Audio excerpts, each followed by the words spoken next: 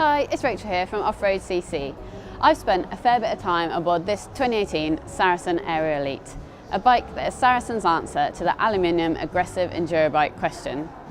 This bike comes in at £3,300, which makes it the cheaper model in the two-horse lineup. You'll need £5,000 to get the full carbon version, the Ariel LT. The Ariel Elite has an alloy front triangle, a carbon swing arm, and comes paired with 170mm RockShox Yari forks, a Fox DPX2 shock with 165mm travel, and a 1x Shimano drivetrain, which is mostly SLX kit.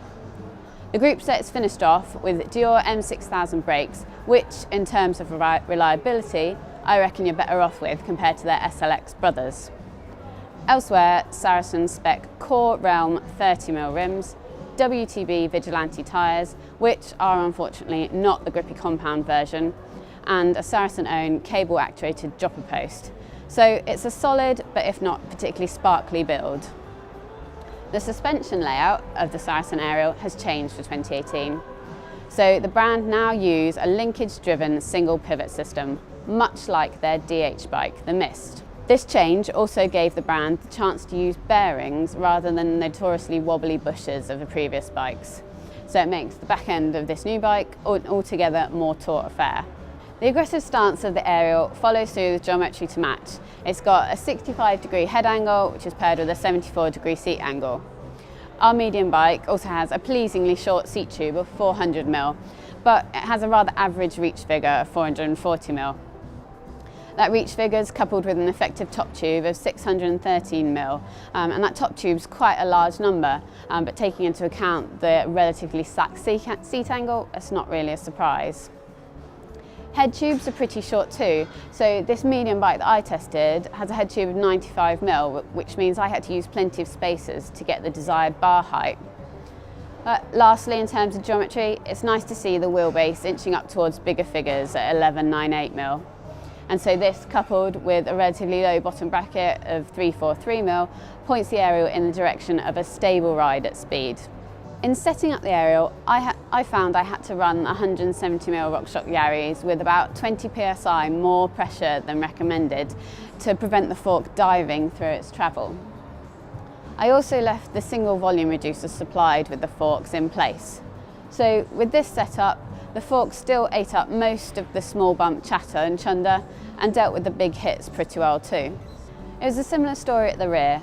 The Fox DPX2 shock provides the Ariel with a super supple start to the stroke, but the whole feeling is rather linear and it lacks some mid-stroke support, meaning the bike falls through its travel quite quickly.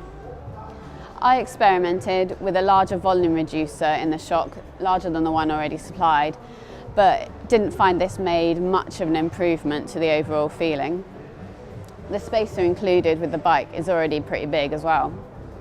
The designers at Saracen told me the leverage ratio is reduced on the new Ariel and adopts a gently falling rate to compensate for a ramp up at the end of the travel experienced with an air-sprung shock. A digressive compression damping rate produces a linear coil-like feel whilst soaking up the small bumps impeccably. It looks like they've got what they've aimed for, but it's not massively to my taste and leaves a bike that I thought felt sluggish and wallowy. The supple beginning of the stroke, with its sensitive feel, coupled with the longer than average geometry, makes this bike into a downhill brawler. The rear wheel sticks to the ground, giving plenty of traction wherever and whenever you want it. It soaks up the small bumps and leaves the rider with a plush ride, however burly the terrain is. When the gravity stops though, the Fox DPX2 shock felt unresponsive and lazy to pumping or other rider inputs. This shock has a medium tune, and even running the shock as fast as it will go with no repan damping applied, I felt it was only just fast enough for my preferences. It's also interesting to note here that John at Off-Road has also experienced this problem with the same shock on a different bike. To fix my shock problems, I experimented with running it with more air, but that meant I lost some of the sensitivity over the small bumps, although it did provide me with a little more mid-stroke support. I'd be really interested to see if dialing in some high and low speed compression damping, like you can on the Fox Float X2 shock that's on the Ariel LT, see if that would help and do a better job of handling the rear suspension. Winching back up the hill, and the Ariel doesn't do a bad job. It's not the sprightliest, but then it has got a 74-degree seat angle and bang on 33 pounds of weight to deal with. The 435 chainstays and the longer wheelbase of the bike make technical or steep climbing on this easier than it might otherwise have been though. In all, I was left feeling a tad disjointed about the Ariel. Whilst descending, it's easy to find the middle of this bike and stay there. It's balanced, it's a real hoot to chuck into chunky terrain and wait for the suspension to just smooth out the ride. It is slack enough to make light work of steep trails, with the length of the wheelbase making the bike feel stable at speeds.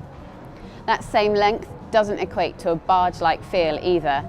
Just centre your weight and this bike will goad you into slamming into corners time and time again. It's just lacking a little bit of pop out of those said corners, no doubt due to that linear suspension curve coupled with a digressive damping rate and being unable to dial off any more rebound damping. If you really are after a mini downhill bike that eats chunder for breakfast, ploughs on like a steam train over the rough stuff and climbs in a solid, if not sprightly manner, then the Ariel Elite will make an aggressive partner for the trail task in hand. We've got a full review over on off.road.cc now. Thanks for watching and we'll see you next time.